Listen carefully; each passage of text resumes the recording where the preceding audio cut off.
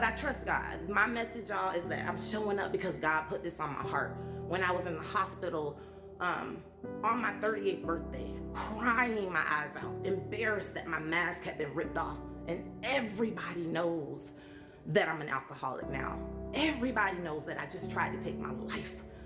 Everybody knows my secret. I cried on my 38th birthday, y'all, all day. And I remember coming to a final point of like, Lord, whatever this is, whatever I make it through, I'm gonna be loud and proud about it, right?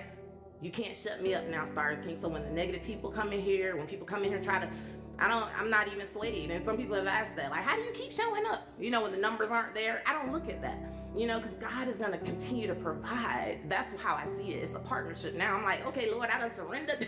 Hey, it's fun. I got it now. Because right now, y'all, I'm not stressing over things that had me drinking before. Right? Thank you, Stars King. Thank you, Dominic. Think about that, y'all. When I show up on here, I'm not stressing about, hey, y'all, I need 20 gifts from this, and I'm not mocking people who do. I always say it must be their livelihood. Right now, y'all, I'm showing up for the people who need to hear one little snippet.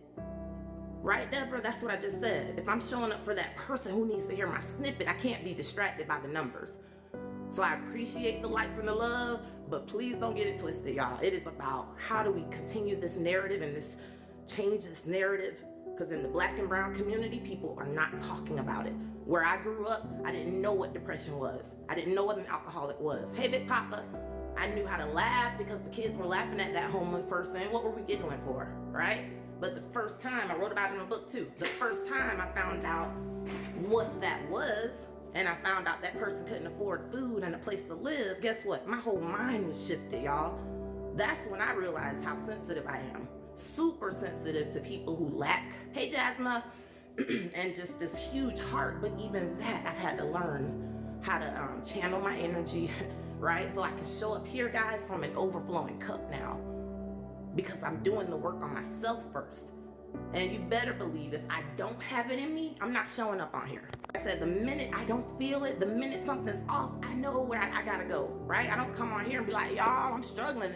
That's not why, that's not pouring out. The minute that I can't do that, y'all, that's my commitment to this journey and this purpose. But so far, so good. A whole year is almost up of me being on here live, but I've written my book. I'm doing speaking engagements, right? I've walked away from what was causing me to drink. Did you hear that? When I said that earlier, if you're going to make the changes you need to make, you need to make the changes you need to make. Don't fold while you're trying to unfold. Yes, thank you, Douglas. Hey, sweetie girl. Think about that, y'all. Don't fold while you're trying to unfold, which means you're doing your healing, you're doing the work, and sometimes it gets hard, right? We can't get weary in well-doing.